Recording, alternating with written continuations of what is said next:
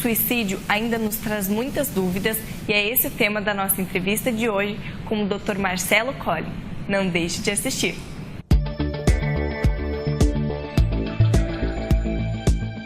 Olá, seja bem-vinda, seja bem-vindo. A você que nos acompanha pela primeira vez, nós damos as nossas especiais saudações. Hoje temos a alegria de receber Marcelo Garcia Colling, que já é membro do programa. Vale lembrar, Marcelo, né? Porque nós vamos tratar de um tema que é um tema que exige uma perspectiva, que é a sua perspectiva profissional e a perspectiva de espírita. Marcelo Garcia é médico de saúde, de família e comunidade, é assim que se fala, Marcelo?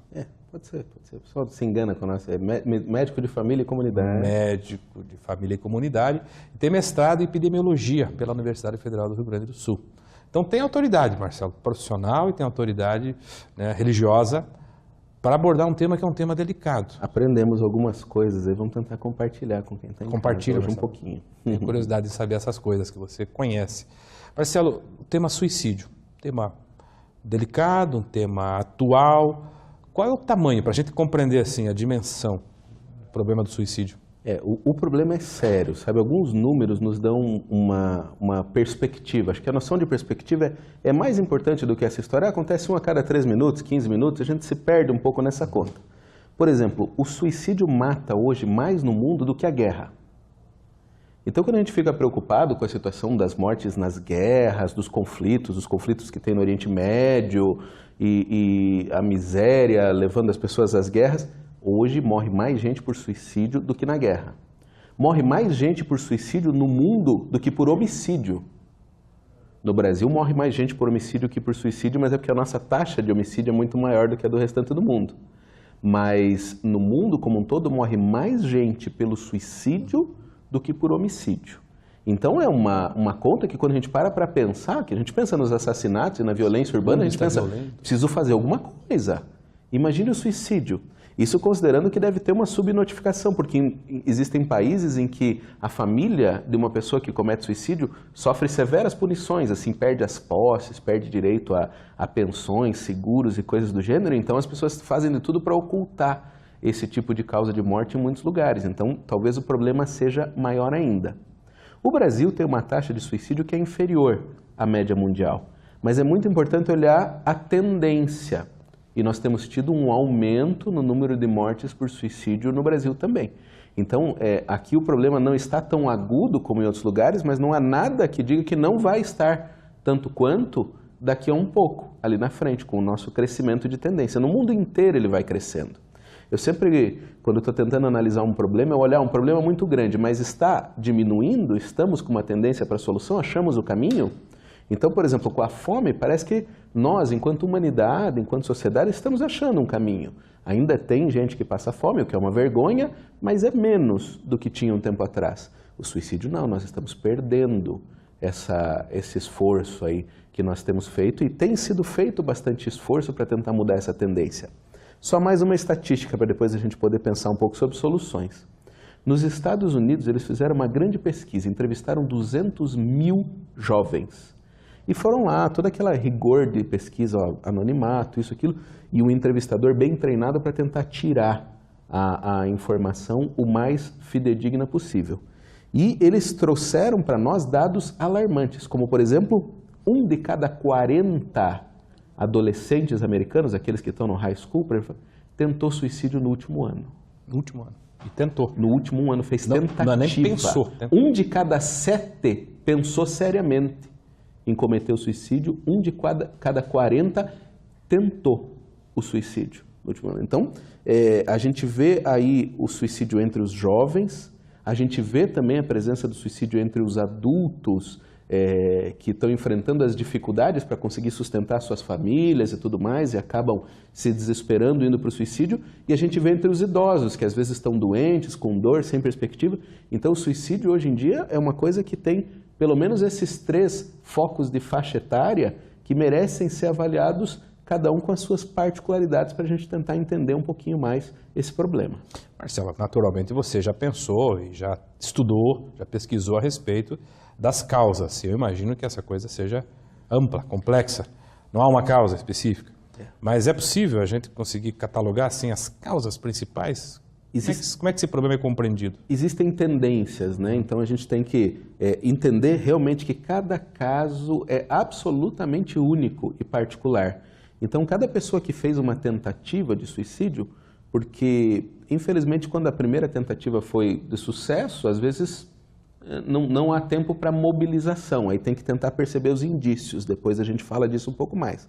Mas quando alguém fez uma tentativa que não foi sucedida, para que a gente consiga ajudar ela, para que ela não venha a tentar novamente, porque o principal preditor para uma pessoa cometer suicídio é ter tentado antes.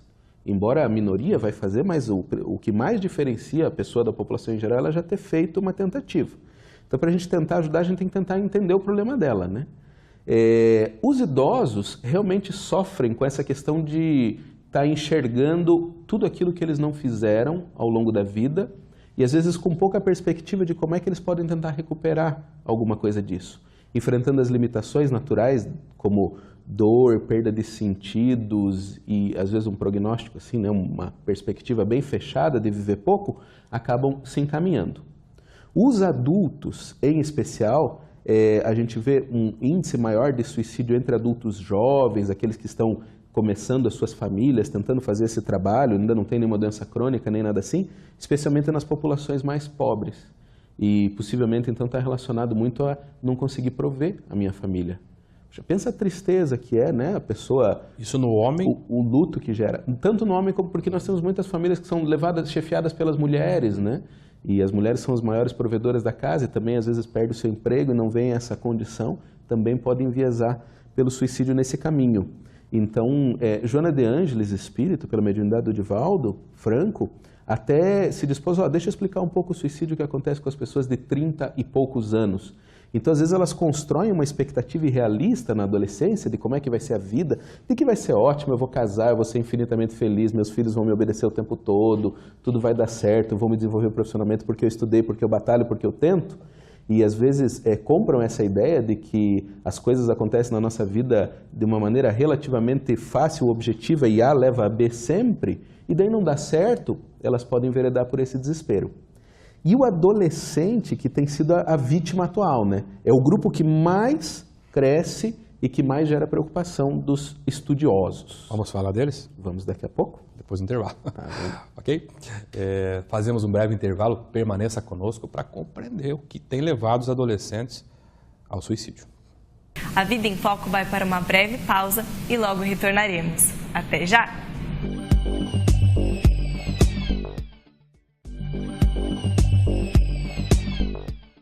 Voltamos com a entrevista e o tema de hoje nos traz reflexões acerca do suicídio e de suas consequências. Acompanhe. Muito bem, estamos de volta conversando hoje com o médico Marcelo Garcia Collin, médico de família e comunidade e mestre em epidemiologia. Muito bem.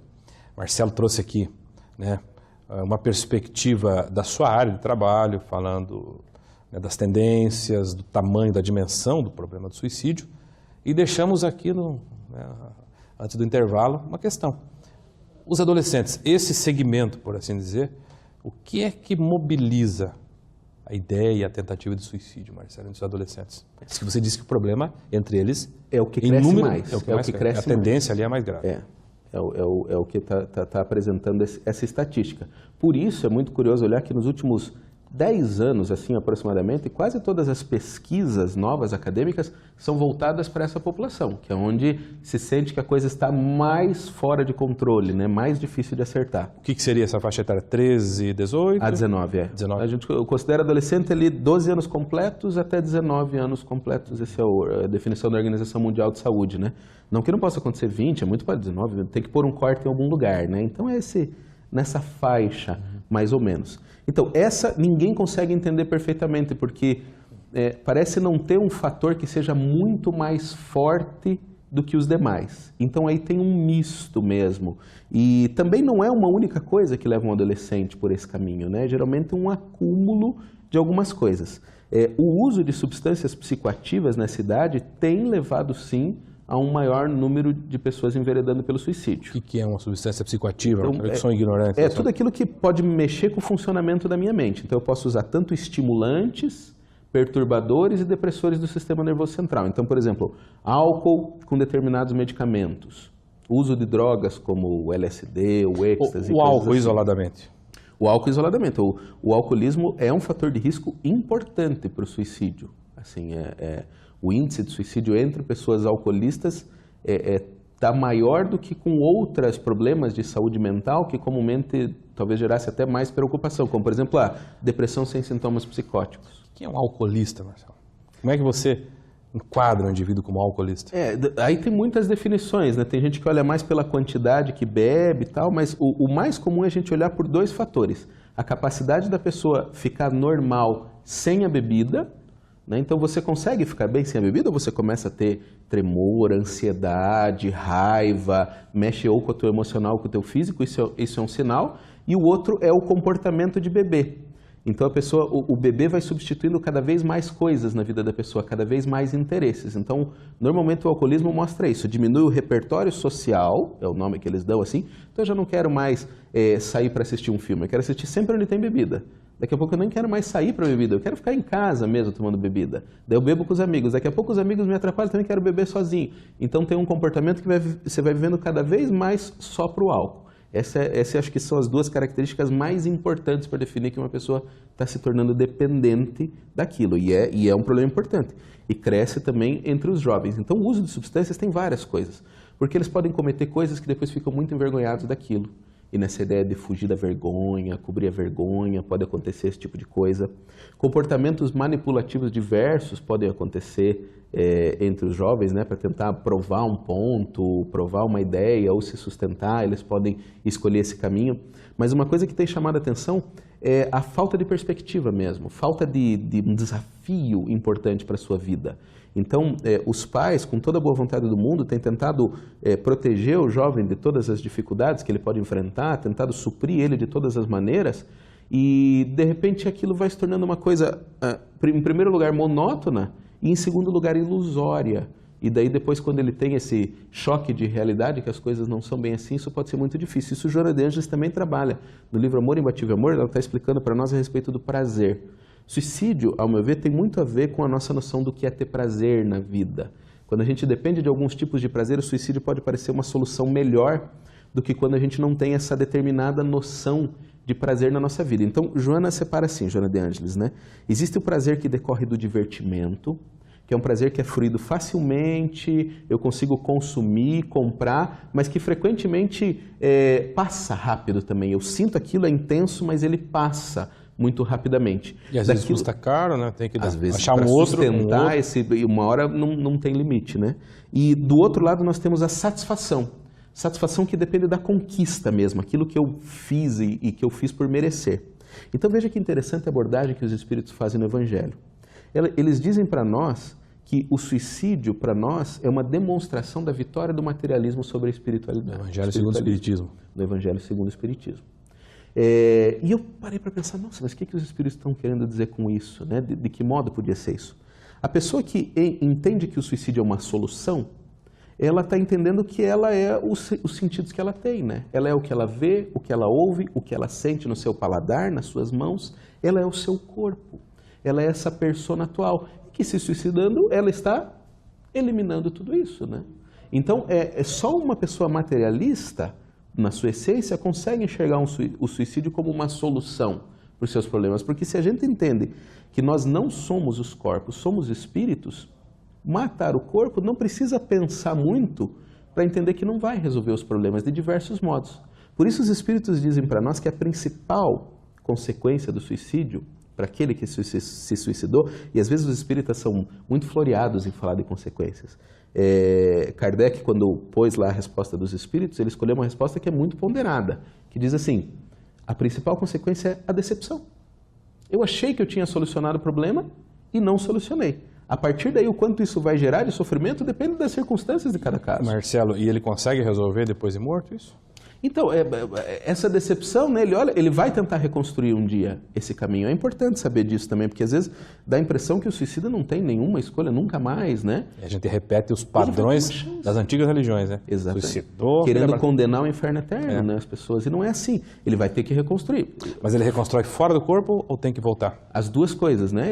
Ele primeiro vai ter que se estabelecer, ter um mínimo de condições e programar uma outra existência, frequentemente com algumas limitações. Algumas decorrem diretamente do dano que causou a si mesmo, outras das provas que ele precisa passar para tentar adquirir mais têmpera mesmo, né? Porque às vezes a gente só fica temperado debaixo do ferro quente mesmo que a gente vai fazer essas coisas. Então, é necessário que a gente resolva esse problema do materialismo, do pensamento materialista. Aliás, quando Kardec pergunta aos espíritos de que maneira o espiritismo pode ajudar o progresso da humanidade, qual que é a maneira mais óbvia, diz assim, acabando com o materialismo. À medida que a gente vai se entendendo como espíritos, isso já vai botando todas essas coisas em perspectiva. E é um primeiro passo. Os espíritos têm muito mais a acrescentar, muitas outras sugestões a nos dar nesse caminho. Mas a gente não ia entregar tudo numa primeira vez também, né? Isso é sinal que vamos ter outra vez aqui. A gente espera conseguir desdobrar esse assunto em outros momentos. Esse é um assunto complexo, Marcelo, mas você tem autoridade para falar do assunto. Obrigado por ter vindo. Uma satisfação. Esse papo. Espero que temos começado algumas reflexões e que adiante as pessoas possam ir atrás e nós também possamos desenvolver. É você que nos acompanhou, permaneça, porque o programa prossegue. Muito obrigado.